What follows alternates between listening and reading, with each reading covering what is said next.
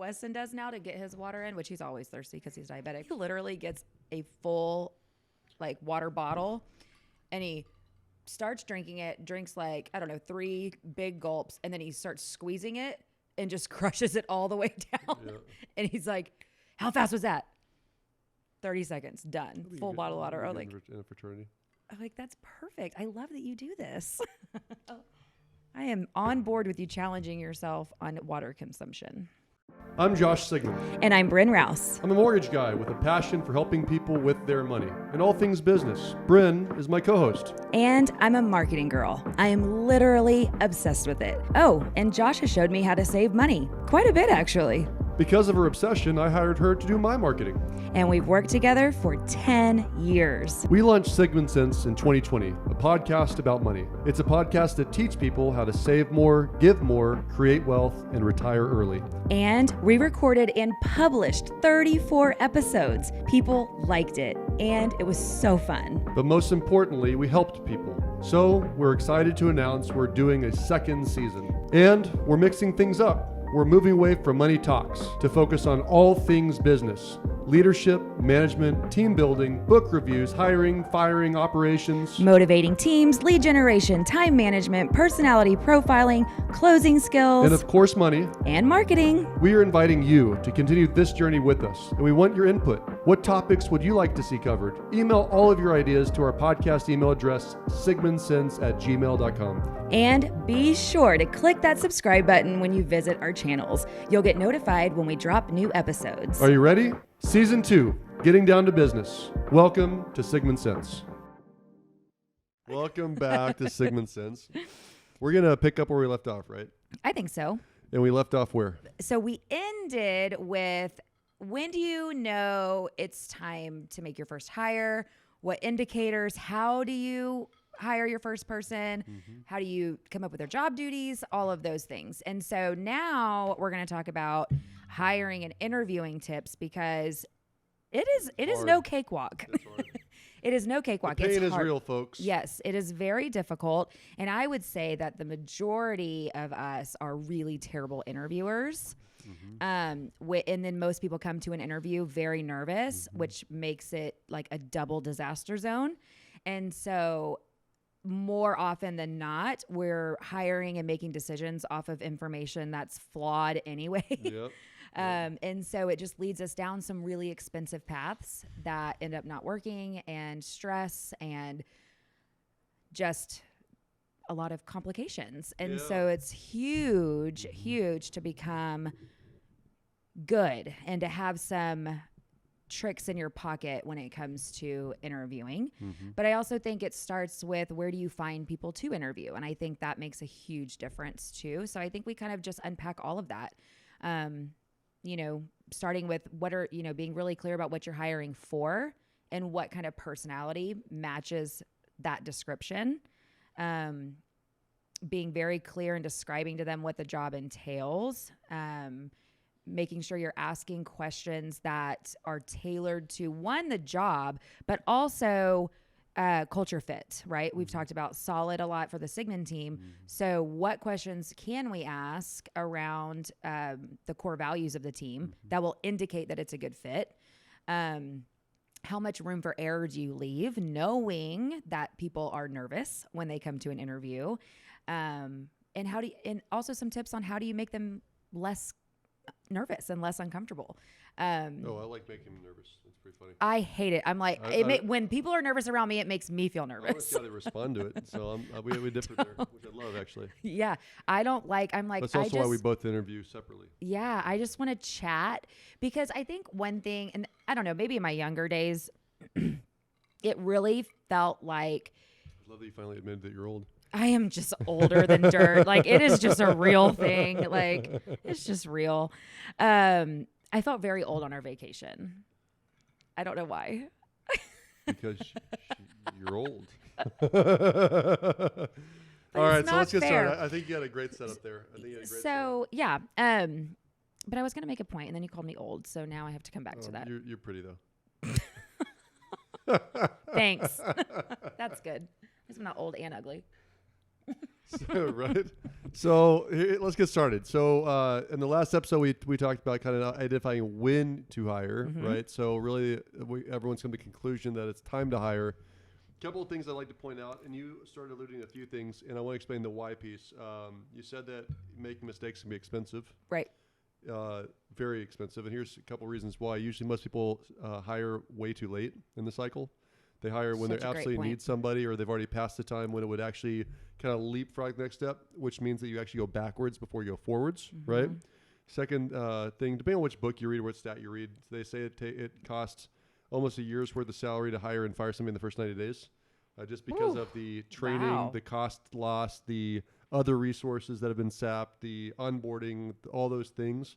Which also are super hard too, by the way. Right. So you hire somebody with all the best intentions in a rush, and 9 days later they realize, or you realize it's not a good fit, and it just costs you the entire year's salary effectively, whether you paid it out or time lost, right? Yeah. Third thing that I think people where it gets really costly and frustrating for people is that they go through this interview process and they finally decide to make a job offer, and then the person doesn't take the job. Oh, I didn't so they think go about through that. 3, 4, 5, 6 We don't have that interviews. problem. Not very often, but it came from why, and I'll give you a solution to that piece for sure. I think it's really important. Another big issue is people will hire in a vacuum. So another cost is, I believe in. I'm a optimist, right? You know that about me. So I'm a D personality, and I see the best in everyone. I assume I can fix everybody because I'm a guy, and that's just a stupid ego thing, right? And the point is that I can absolutely taint my culture, and I could drive off some other really great people on the team, which is another cost, or even just put a ripple effect into the team that is negative, and that's costly as well. So there's lots of reasons why people have those issues, and why people do say it's very costly to hire somebody incorrectly, for sure. And we're trying to sidestep that. So what are the 3 or 4 things that can kind of lead that off the pass, kind of beat the punch? First thing is start the interviewing process early and often. Yeah, right? and this is something that I think you do really well, and also it's hard to navigate. Yep. It's hard to navigate because if you're interviewing for a job that you don't necessarily need right now, how do you close it, and how do you keep people around if you can't hire them for 4 or 5 or 6 months? Right. So what we're saying here for number one is you should always be interviewing. Here's what I mean by that. So for most of my career, at least the last 10 years at least, I interview or have at least a conversation with somebody per week more often than I don't, whether I'm hiring or not. I'm always having those conversations. I'm always looking for the next person. And what Britta is saying is, well, Josh, how are you interviewing people that you don't have a place for? And she's correct in some ways. But here's what comes of interviewing often and all the time. First benefit of it is that a player always stands out. So there's always room to hire an A player. The truth of the matter is that diamond in the rough is very much that. There's a lot of rough. There's very few diamonds. So you got to go, polishing a lot of turds to find the one, right? But when you are behind the 8 ball, you need to hire somebody. That's now or never. Beer goggles kick in. Beer goggles kick in. You make bad decisions, and you don't recognize the turd for what it is, right? So I'm finding that word incredibly hilarious today. I don't know why. You like poo jokes? Is that what this is about? Oh my God, I've been with my boys for too long. So apparently, right? She likes talking about poo and turds, Cannon. And there's nothing funnier to 11 and 8-year-olds. Right. Which you're regressing to, it sounds like. You are who you hang with. You know that, right? Oh my gosh, it's so true. Spend a week with them. So anyways, the idea is, what I've told a lot of my students for years is you interview an hour a week, every week, regardless of if you're interviewing, need somebody or not. You always spend the time. So this week, if you don't have somebody scheduled, you spend an hour making outbound calls to find somebody. If you do make those outbound calls, presumably next week you have an interview scheduled, right? So that's the first tip and tactic is you're always interviewing always, right? There's a approach to this and why it's really important, because you might say, well, I had a really bad experience. Here's another big complaint. We had a bad experience the last hire I had in this position. And so, it doesn't work. That's a common conversation. We dove into a little bit in the last call. What doesn't work? The position itself? The position doesn't work, or I'm not a good boss, or, all employees are thieves. Okay. Right? And like so that just puts you back in the place of like, I'm just not going to hire anyone, and Right. I'll just do it all myself. Right. Yeah. And so One of the things here that you got to remember is you can't apply, like, all people are not equal, and you can't apply the discrepancies or the bad behaviors of a previous employee against any future person. And that's why it's really important to keep on interviewing, because what you'll find is that there's a lot of freaking wonderful humans in the world. There's a lot of great, there's a perfect fit for that specific job you're looking for, right?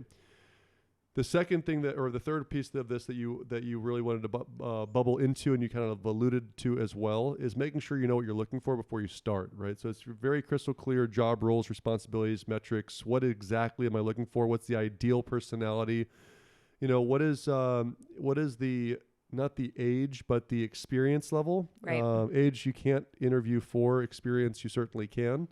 So do you want somebody that's a rookie to the industry because they don't have bad habits and so you can teach them your way? Or do you need somebody that's a baller in the industry that already knows how to problem solve? It's not going to take a 2 or 3 year training cycle, right? Right. So the analogy here is the story I've told for years about hunting with grandpa. And so if any of you guys have hunted with grandpa before, maybe you've gone hunting with, or duck hunting.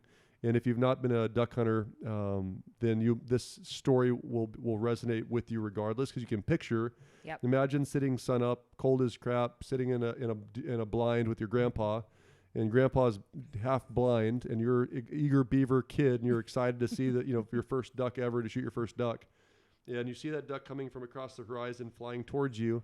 And you go to stand up to go shoot the duck, pre-dawn hours, and granddad just taps you on the shoulders and said, "Hey, honey, that's not the duck you're looking for." And you're thinking to yourself, "You blind old man, how the hell do you know what kind of duck I'm looking for?" And old man who has wisdom says, "Look, you see how that duck is kind of bobbing and weaving? We're looking for ducks that go in a straight line. You see how that duck has like the wings are going really high, really low. We're looking for the ducks that just kind of flitter. It almost doesn't look like their wings are moving. They're going so fast."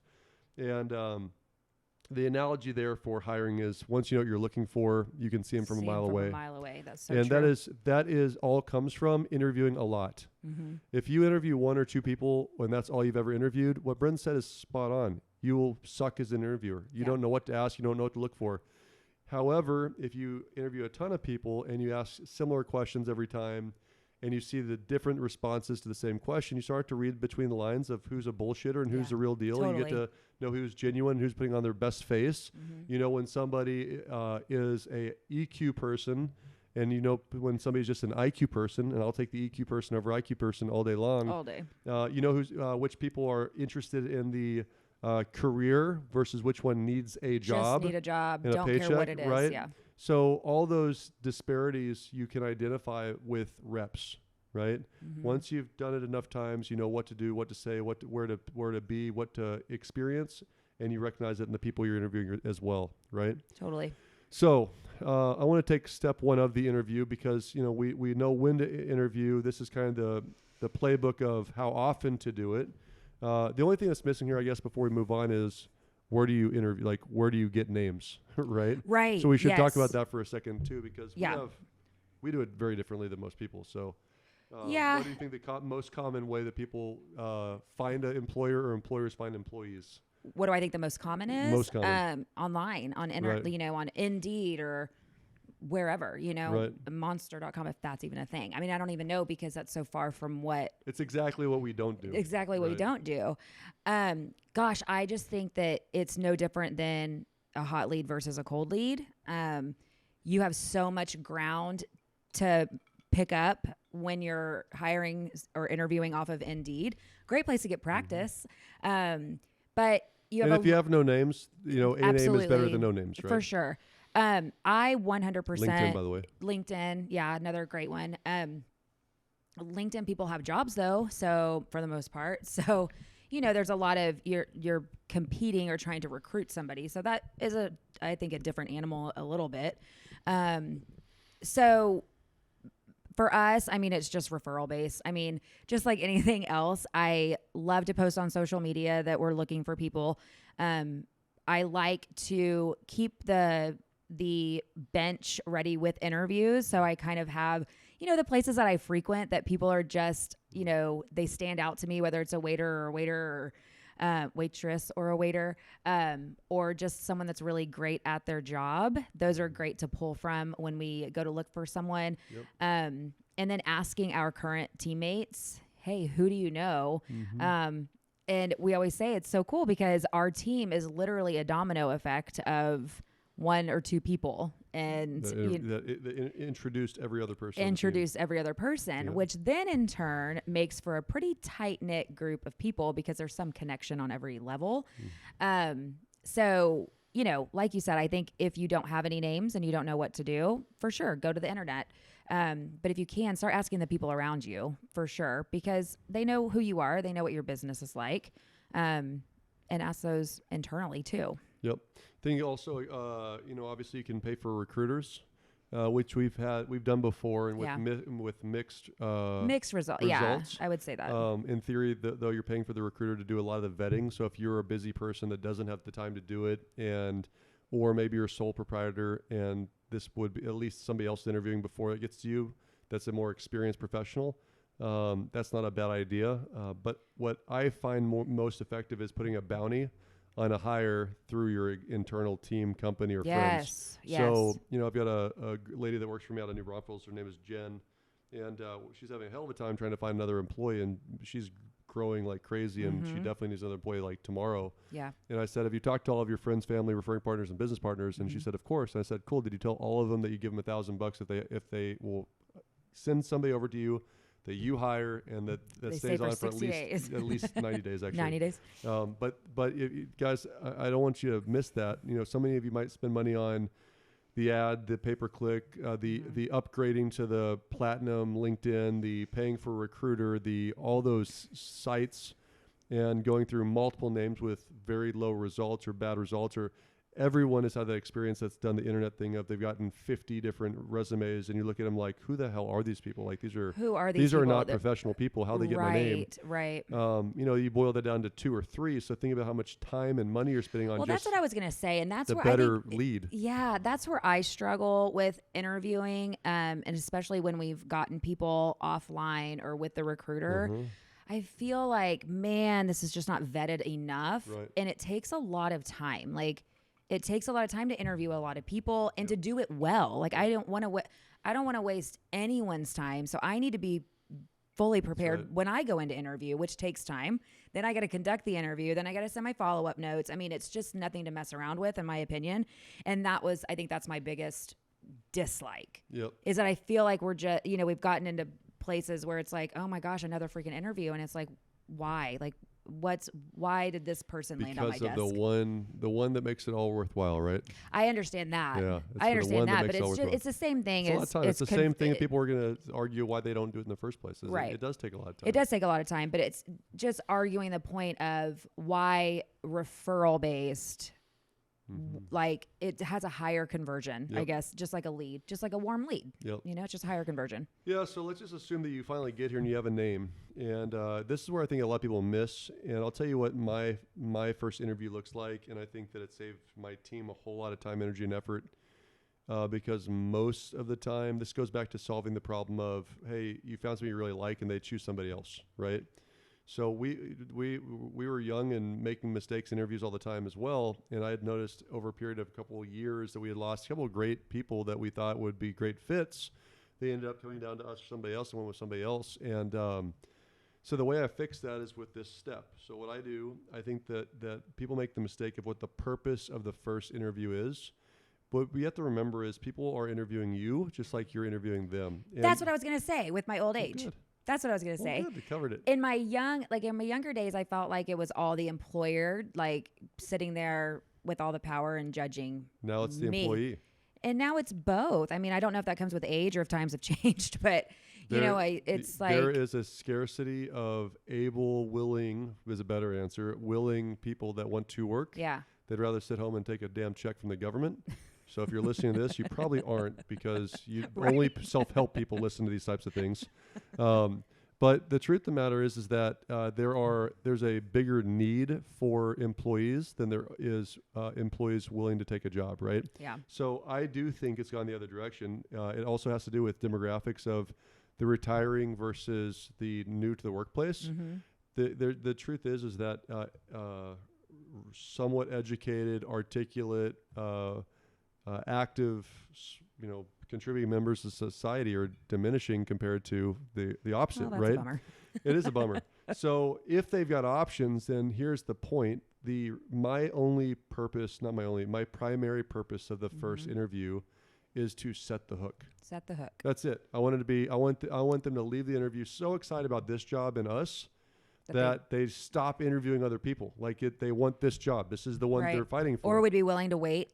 Or be willing to wait, which solves the second problem, right? Yeah. If I'm interviewing right now, I don't have a spot, but I really like you and you really like me, then the promise is I'll bring you on, whether it's in 2 months or 4 months. But the second I've got an offer or an option and you're my first call, don't tell me to stop looking if you're not serious. I won't look if you won't look, right? Like we're committed to each other. So how do you set the hook is really, really important. And this goes back to, if you go back multiple episodes, we talk about vision and direction and plans and mission statements and core values and all those things. Yeah.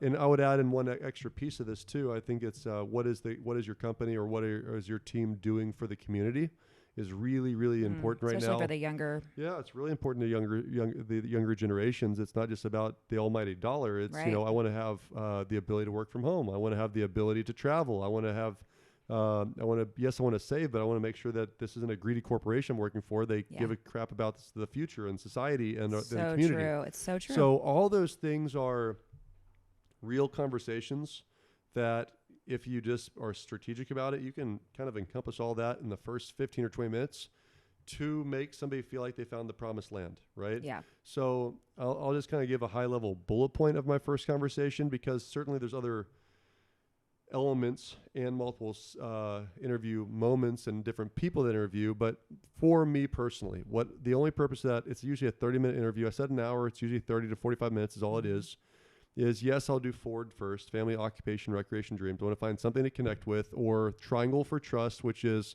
most of the people that are interviewing were referred by somebody else on the team. So, I'll triangle for trust and talk about how Carrie is related to you, right? So our last hire was literally related to Bryn. And so it was triangle for trust was really easy. And she was a past client of ours.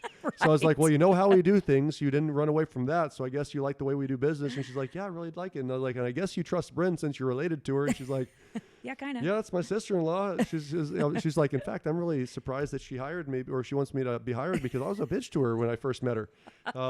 Fact, right? But I love that she was. I mean, that's triangle for trust. We crossed a couple years of life experiences in a couple minutes of conversation, right? But if you don't know somebody, you still have to connect, like any salesperson would, which selling a potential employee on you or your company is a sales job. So don't miss that. So family, occupation, recreation, dreams first. So personalize before you professionalize. But then from there, for me, I want to cut to the chase, right? Yeah. Like I want to know, is this person just kicking the can? Are they doing an interview because if they don't do an interview, then then they don't get their check from the government? Like, are they checking that box? It's the truth, right? Like, come and ask you to sign this. Right. Sign this that I came and did. Right. I mean, that's real stuff that happens out there. So what I do is I always like everybody, right? So my first thing I say is when I get to this moment, like, Brent, I really like you. I'm a gut person. I think you passed my test. Do you say that if you don't like them? 100%. Why wouldn't you? It makes people feel good. Start there, right? The truth of the matter is like, it's really funny. Have I not liked somebody in an interview? Probably not. Probably not. I'm an Josh optimist. comes back from every interview. I love him. I found the next person. Yeah. We're like, I'll be the judge of that. Yeah, exactly right. But that's why there's a process of this. I actually don't think I've ever truly disliked. There's some people that have been like, that person's an odd duck, but I've not disliked anyone. Like, yeah. I give the benefit I of the get doubt. that though. I mean, Right. I tend to be more like you than not. Right. So it's you're like not the skeptic first. I am. I'm like, and I can like find beauty in any conversation, right? Okay, like unless sure. someone's super freaking weird. Right. But I really, because I know that you're that way, I try to balance it out by being a little more critical, or being more skilled in my interviewing skills. Right. So my point is that I tell them flat out, I like you. My gut says you're the right person. Is it okay if I tell you about who I am, where we are, where we're going, what I see for you, and what's your piece in this? And I want to say that again so everyone pays attention. You need to explain where you were, where you are, where you're going, why, because it shows that you're a man or woman with a plan. Yeah. Like, this is my path. This is where I've gotten so far. This is where we're going, right? Why? Because people typically are more excited about being with a team or company that's going places. They don't want to be interviewing next year because the company's out of business, right? Right. The second piece of the puzzle is, and what's in it for you? So this is where I see you. This is what the job roles, responsibilities, job duties are, and this is what was in it for you, right? For example, we do team trips and team bonuses. When our team succeeds, everyone wins. So that's not normal. That's separate of, basic comp. Most people think hourly wage and salary and benefits. I want to talk about things that other companies aren't talking about. Like, most sales companies have great sales trips. They don't take great care of the sales teams. Yeah. So I believe in taking great care of the teams, not just the salesperson, right? So, and this is a very high energy, in your face, passionate, point out the failures I've made in the past, be real, share pain. But my story, everything from, if you've listened to the first podcast, the fact that I, basically came out of college with too much student debt and not a pot to piss in and couldn't get a job, to part owner of multiple companies and pretty darn well off. And I work because I love it. And I'm one of the people that's there all week long, and no one can say that they work harder than me. They might work more hours sometimes, but I'm in it to win it. Right. So, and I don't think that all bosses are like that. So I'm trying to give them a glimpse into who I am and where we're going and what's in it for you, because this is all about setting the hook. It's also high level, not detail oriented, with the exception of the job duties and metrics, with that one exception, because I think that if you detail most people to death, then they have more to think about. If you don't give enough detail, then they just get excited about the idea, right? So I can literally say, hey, I'm sorry I just rambled off for 10 minutes, but out of curiosity, is this even interesting to you? Or is this excites you or no? Like, if it's not, it's okay, but is this exciting? And that's where you really get to look somebody in the eye. And most of the time, they look back right like, yeah, this sounds great, right? Yeah, I'm more interested. And so that's where you lay out, for me, that's where you lay out the interview process. And the process for us is as simple as saying, look, the next couple of steps are, there's multiple interviews. You've passed my test. I want you, right? But let me tell you about how you get hired and fired. We hire and fire in core values, and this is what our core values are, and this is why it's really important to us. And so you have to be interviewed by my managers and by my teammates. And if any of them say no, you're out. The cool thing about that is that we choose our own. So once you're in, you get to have a choice in every future employee that we have at our company. And that's not normal. So the first step is this. Second step is this. Well, and I just want to point out too how ass backwards that sounds. Most of the time, it's manager. Okay, boss. Now you're gonna meet like the big boss, which is completely opposite. Yeah, I think that. And I'll be honest, as a result of that change, because if you remember, I didn't always do the first meeting. Right. But when I started doing the first meeting and setting the hook, we have more options to make an offer. Totally. That are accepted than the alternative, right? And so the process then becomes, I'm going to turn over to Bryn for the details of the second and third interviews and why they're really important. The next step is always disc testing. Like, they have to do a disc test so we know who we're dealing with as far as personalities go. There's going to be an interview with the manager that's in charge of whatever division they're in, whether this is sales, marketing, or operations.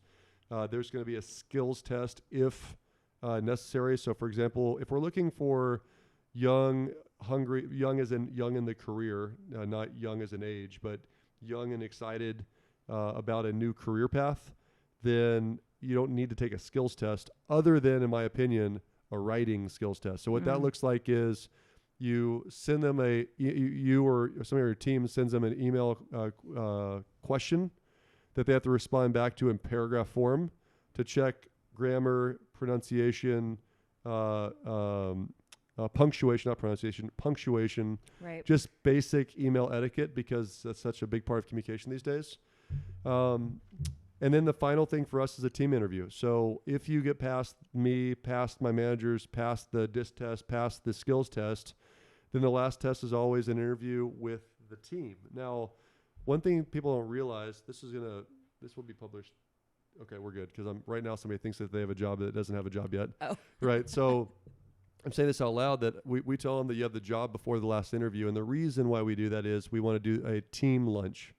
And the team lunch is, I want you to meet the people you're going to work with. Right. And in the past, most of the time we did a good enough job up front. We're okay. But some of the times the team has come back from like, what the hell moments. Like, this dude just told me how he's dealing drugs in the background, or this dude just told me that he wants to have your job in a week, or like this dude just was a narcissist maniac. Like he never said anything other than I for the entire time. Right. And so what's interesting is when somebody is told they have the job, they'll let their hair down, and you either like what that looks like when they're not on the spot of an interview, when everyone's putting their lipstick on, they're acting out who they really are. And so that's a way to get that last little catch. I think the biggest problem with interviews is exactly that. Everyone's on their best behavior and they've studied and they've done all this, and then they get into the real workplace and none of that follows them or whatever. So it's just and most interviewers are asking the same stupid questions that are leading the witness and telling the witness what they want to be told, because that's to check the box. So they weren't. So anyways, go into the second interview and like what are some of the big pieces that you're looking for when you're asking better questions, and what questions are around? Okay. So the first thing I always ask, let's start this way. So Josh and I disagree that he likes to intimidate people. I like to make them feel super, super comfortable. Like if people are nervous around me, it makes me feel nervous. And that's like the last thing we need. When people are nervous around me, I laugh. It makes me happy. I do not like that. I'm like, I am no one to be nervous around. Like, so I think a lot of that, if you're more like me, then the way that you sit, where you sit inside of your office or where you interview people is important. So think about, if you want people to be more comfortable, like explain to them that you're going to jot down a few pieces of notes. I always tell people that I have not read their resume. The only thing I have is their disc profile. But I have their resume. So that way we can have some talking points, tell me about this job or whatever, but I don't want to pre-read it because it's not my job to explain it. I also think that you get a lot of people will not meet with somebody so a resume, one thing you always hear is that job hoppers are bad people, right? Right. So somebody that has 6 jobs in 2 years might not even get the first interview because you're a job hopper. Right. Where the reality might be that person has just not found the right job, or maybe they had a shitty boss, or maybe they weren't on the right seat of the bus, or maybe they were in a military family and were moving. Absolutely. I was going to say, maybe they're, and so I love to hear those stories because you are able to prejudice the conversation. 100%. So I do, those are kind of, I make sure that if I can, I try to sit on the same side of the desk as them. And I try to make sure that I'm sitting casually and make sure that, and I tell them like, hey, I try to break the ice by, obviously being kind and friendly, but also telling them like, hey, I don't want you to be nervous. Like think of this as just a conversation, because we just have to figure out if we're a good match or not. That's it. So I just try to like ease the tension a little bit that way. I feel like I can get better answers from them if I'm a little more chill. The second thing I go into is tell me what you think that you are applying for. Like what kind of job do you think you're looking out for? And this is interesting because what this does is vet out the people that don't care at all what the job is. They just need a job, versus the people that this is the reason I'm back. Whether it's job specific or not, because a non-veteran is not going to be super clear about what processing a mortgage looks like. So they're probably going to say things that they're not really sure about the details of it. But what I liked was the plan, the direction, the ability to grow, all of those things. A more seasoned person will give more specifics about, I really think that I'm the best person for this job because this is right in line with what I do best. I'm really good at clearing conditions. I'm really organized. I love checklists or whatever. And so finding out how aligned we are and what I'm working with by asking, what do you think you're applying for, is a great starting point. Then I go into like, let's talk through some of your experiences on your resume. Usually I ask, which one was your favorite? If you had to pick one of these jobs, which one was your favorite and why? Did you have a boss? Were you the boss? Was the reason you liked this job because of the boss, or was it because of the position itself? And then tell me why. What qualities did the boss have? What did the job entail? Like, what did your day-to-day look like?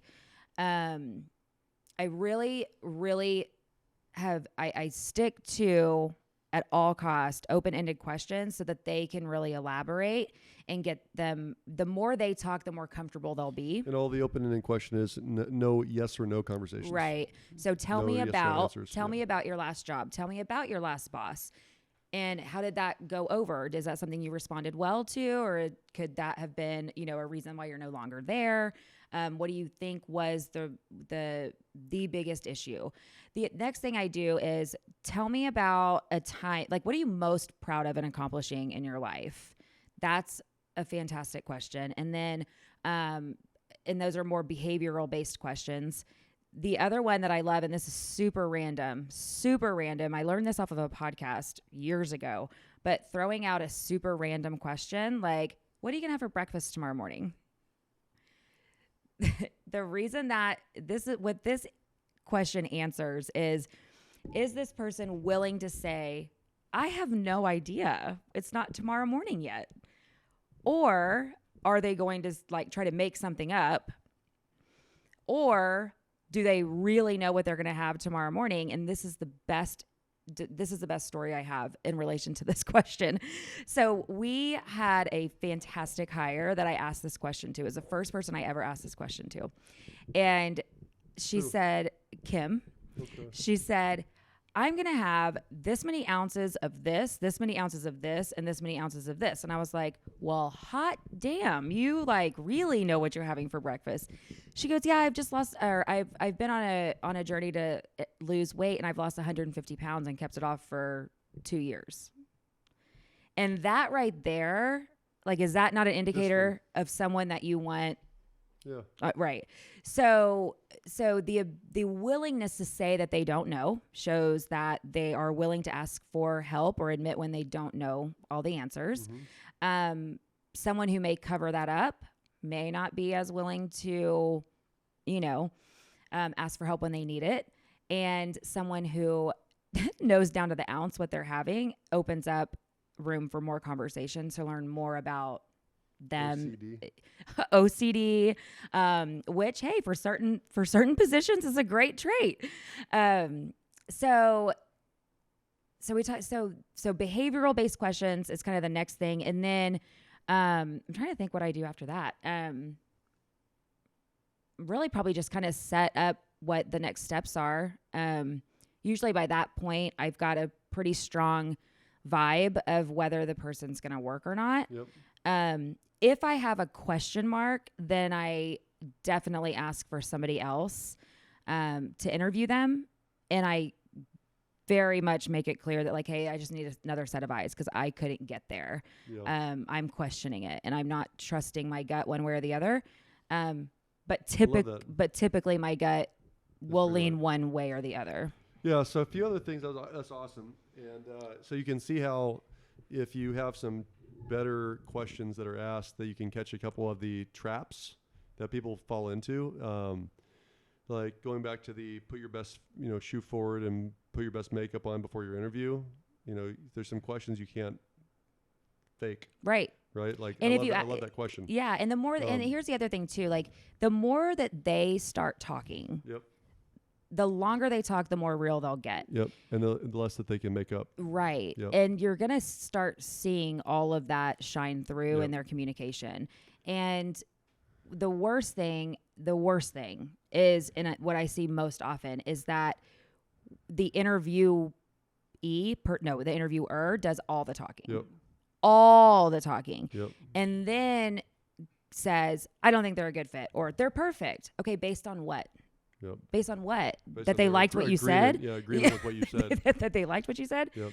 And so that is huge. Oh my gosh. And let me tell you, like 10 questions to every one yes, response. and sometimes Yep. it's hard because again, we have to remember these people are nervous Yep. more than likely, so their answers might be short. Yep. And that's Get to gonna pull it out. you gotta pull it out. So the questions I like to ask, and I think are super important, are all behavior-based questions, right? So one of my favorite ones is, what's your morning routine?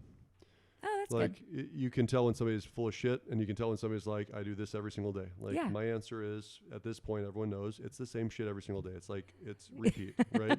Yes. But people that have morning routines typically are better yeah. employees Mhm. or are more successful people long term because they have an actual routine and they're sticking to it, right? Especially if you have a job that requires or is going to be more successful when people follow the protocol or follow the time frames. Routines help kind of satisfy that piece. You know, when you think about core values as not being words on walls, then you should develop a behavioral question around each core value, right? So one of the ones that I'll ask when I get deep into something, when I'm really trying to decide if I like somebody, say, what's the biggest mistake you made? And that's a pretty common question, which is a variance of, what's your biggest strength? What's your biggest weakness? Mm-hmm. But I want to know, like, specifically, like, what's the biggest mistake you made? And then once they tell you whatever it is, what do you do with it?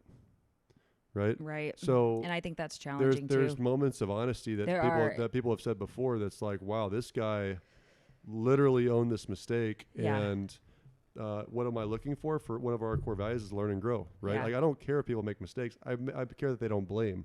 I care that they own the mistake and they don't do it again. So, for example, for us, in lending, surveys are not a responsibility. No, they're not a requirement for the lender to take care of, right? Like, there has to be a survey, but it's usually on the title company or on the realtor to provide or order.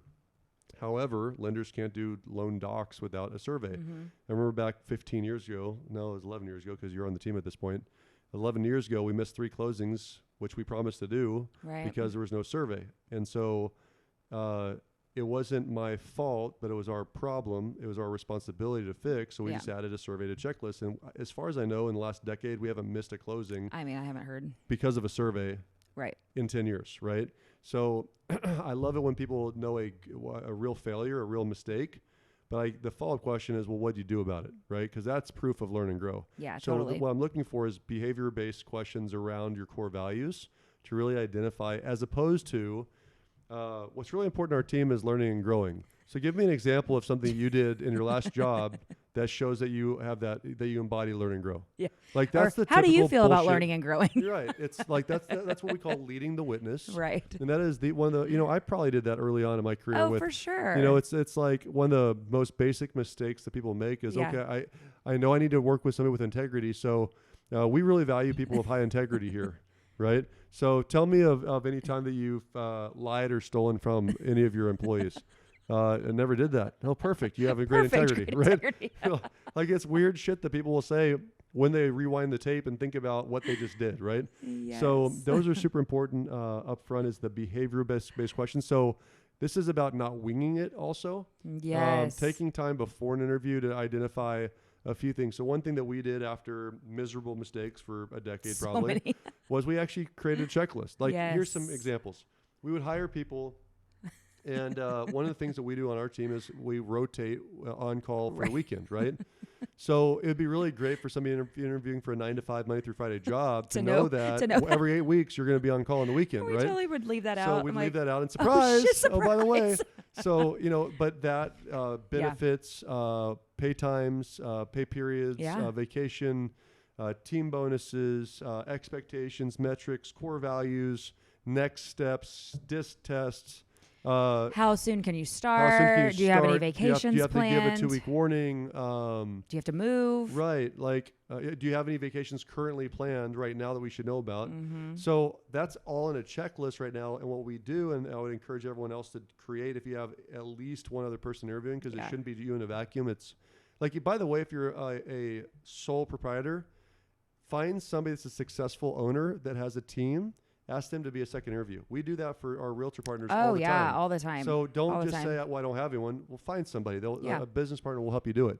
For sure. But all that to be said, the checklist is to make sure that all of the dialogues that you thought are important or that were mistakes in the past are cataloged, created, and every check the box is done before somebody starts. Why? Because it costs you an entire year's salary when you make the bad hire, the bad mistake, the missed one question. Or you find yourself in situations where you have to make concessions because, well, I didn't tell them about on-call, so can I really make them do on-call? That's right. And then you start to get into really weird situations. That's right. So compensation. That's by the way. You talked about the salary, didn't you? No.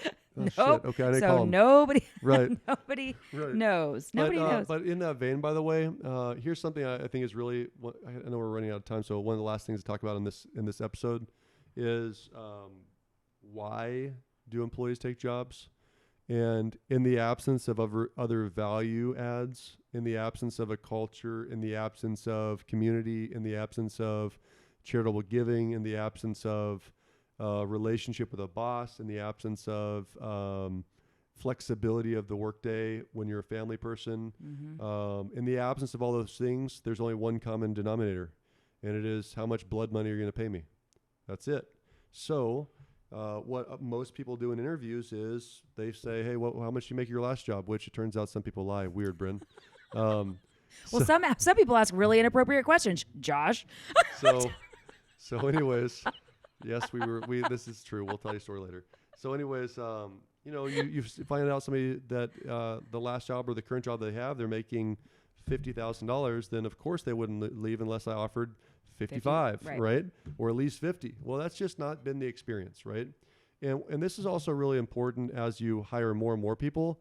You can't just throw a random number out with every single person because God forbid you're paying somebody that's experienced, has been on the team for a while, more and is more qualified and is doing a better job more than the new person that is untested. Moly. Yeah. You can't rewind the clock. You can always promote. You can always give people raises. You can't go backwards easily. And so, I think being honest about that of, hey, listen, I know that you're a great manager in this industry, in this other industry, but you're going to learn a new language. Right. Like if you want to come over here, I love that you've got 10 years of experience in the weightlifting world. It has zero bearing over here other than communication skills. Right, so if you come over here, you're going to start at the bottom. Starting salaries are a range of blank. Right. And before I go further, is that a deal killer or are all these other benefits exciting enough that you know that you want to work into it? And with one mistake only, exception-wise, as far as like starting somebody actively on the team high and they had to catch up with their skill set with only one exception. What I love about everyone else is that they started appropriately and they worked up and they're appropriately paid for their position right now as well, which I think is a matter of being head on about, look, this is the expectations. Here's why this is important, guys. If you hire somebody and pay them more than they're worth, then you're going to be frustrated. If you hire somebody and they know that they're being overpaid, they're eventually going to get really scared about their job, right? Yeah, and both sides, it's not a healthy long-term thing. Yeah. So it's identify what the need is, and the follow-up question to what's your current salary is. Do you have a budget, and what do you need to make this work? Right? Like I always ask that in my interviews now when I'm getting the money side. It's like, do you have a working spouse? Like, are you going to be able to transition? Do you expect to get any kind of recurring income from your last job, or do you need to sign on bonus to make this work? Like, where are we here? Yeah. Because I want to remove that stress. And the reason why this is important, guys, is the last thing you need is somebody on your team that is stressed out about money. Oh.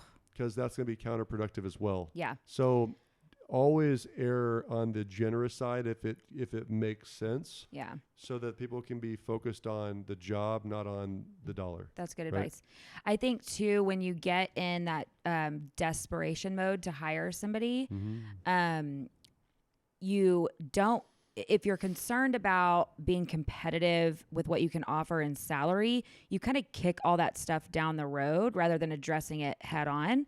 And you're willing to then, we've gone so far, so you do make poor decisions about how to pay them because, we've already interviewed, they've already quit their job, we already have all these plans, we spent all this time. well, now I just kind of have to roll with it, right. you know, and I really need someone and I can't Which make is this just last bad any, business. which is right. But I think, you know, it's no different than meeting with a potential prospect for the first time, like asking the hard questions up front. Holy hell, like just be super direct. You have nothing to lose at that point. You have nothing to lose. And I think it's the same thing with new hires or people that you're interviewing. You have nothing to lose. So tell them what the salary is going to be and what they can expect so you can vet them out immediately. Immediately. And here's the last step. So now that they've gone through the interview process, one place that people drop balls and where we've made mistakes in the past too is clear expectations about like a actual offer letter. Like clear expectations about a start time, a start date. This is what you can expect. So one of my buddies, Jason, I hope you're listening because it's one of our biggest mistakes as a company. So Jason Hyam out of the Woodlands is somebody that we had an opportunity to land as a branch probably 12 years ago, right? Oh, wow. And we went, I mean, we're talking, the dinners were done, the wives liked each other. Like Jason and I are still, I mean, literally today he texted me, like we're still best friends this day. And he never took the job. And Dan and I left the Woodlands. They're like, man, we got it in the bag. And like, it was quiet. We're following up like, hey man, how you feeling? Feel great. Quiet. Like a year later, we were frustrated. He was frustrated. We're like, what the hell, man? He's like, Dan, you never gave me a written job offer. Oops. Ever. Like, I'm not, this is no shit. This actually happened. I believe it. I believe it. It was like, wow, what a miss. And so, and in that period of time, work things out with the current company, still there 12 years later. Right. So it's just one of those things where like you close the deal. And so here's the point though, is the last one should be a celebration, right? Yeah. So you finally get to that point. So many people celebrate the last day. The last day. Which is fucking weird. It's super weird. Hey, congratulations. Unless they're retiring from all other jobs. If they're retiring from the industry, that's one thing. Or all other jobs because they're 65 or whatever retirement age is. But you leaving to go to a different company, we're not going to celebrate. Not celebrating. We're not having a go-away party. We're just not going to do it. So where should you spend the time, energy, and money? It's make the fucking arrival amazing. Amazing, yeah. So you should be do the job offer. It should be an exciting call. There should be follow-up drips every couple of days between then and the start date to make sure you keep people live on the hook. Because what's going to happen when they tell their boss that they're going to leave? The first thing that happens is the boss going to counter offer and all that. So setting those expectations that, hey, Bryn, like you interviewed with me for a reason. I need you to remember that when your boss comes back and counter offers. Yeah. Like there's a reason why we got this far. And I want to ask you flat out, if your boss comes back and matches, I need to know that you're really coming forward because we're excited about you. I need to remember in that moment to be strong. Yeah. Like, are you going to be okay or not? Well, and I think this goes back to, back to, meeting with a prospect. The more action you can get people to take, the more likely they are to follow through with something. So, in our business, people have to be credit checked, background checked, drug tested, all of those things. Yep. And so get those things. Skills tested, add in disc tested, add in multiple and interviews. Those can be your drips, right? Like, hey, the next step is we need to do this writing test. The next step is one thing I didn't mention and I think is huge for people. If you're interviewing people that are veterans in a business, doing example-based like interviewing techniques is great. So here's a file. Show me what the needs list is. Like, what would you ask from this? Yep. Or some kind of skills test to prove that at least we're like meeting at least we're close. Because the scariest part and what we found so often about hiring veterans is, yes, they know how to do mortgages, but it turns out that there's 190,000 ways to do a mortgage and every company's different.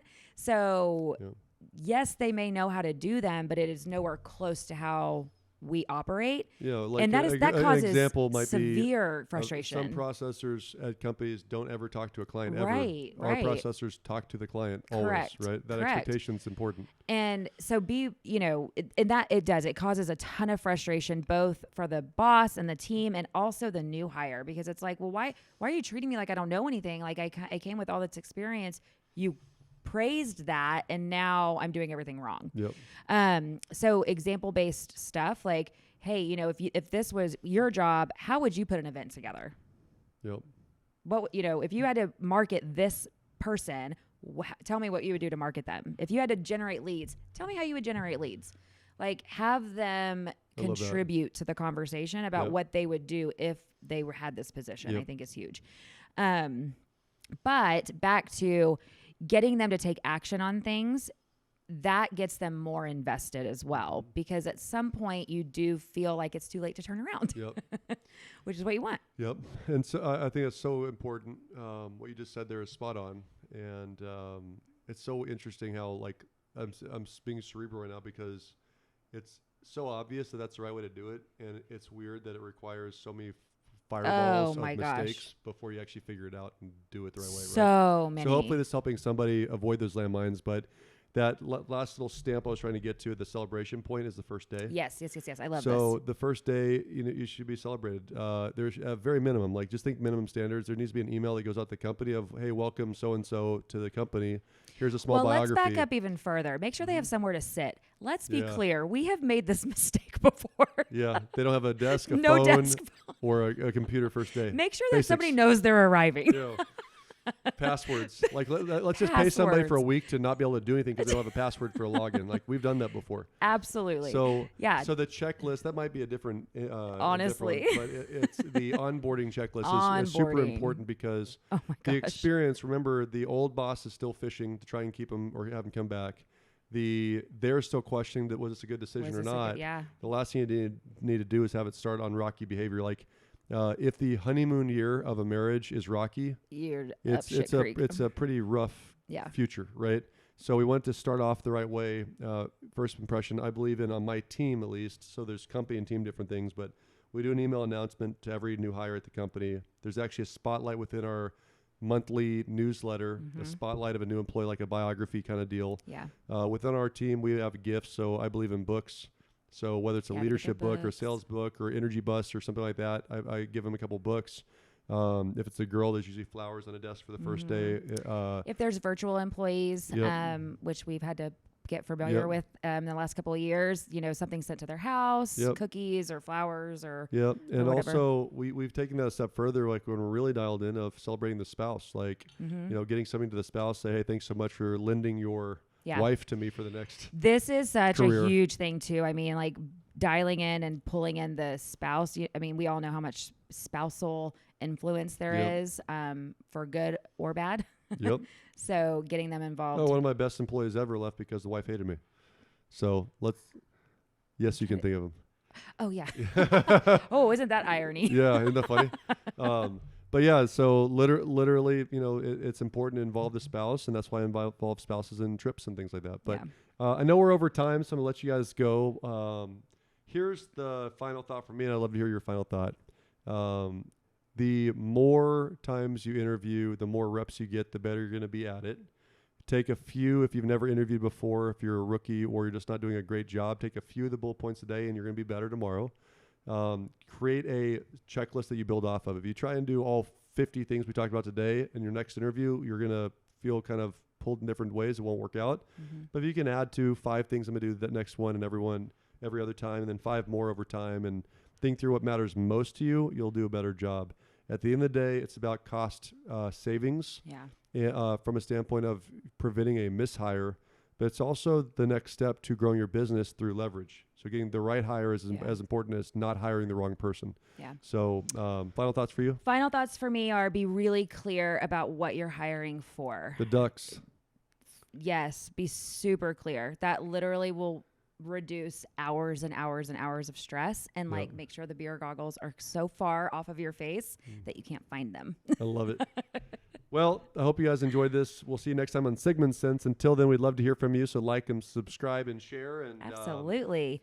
And if you have any comments or questions or something that you have that works really well that wasn't covered, I want to hear that too. So email us at sigmansense@gmail.com. And other than that, we'll see you next time. Next time, guys. Bye-bye. Cheers.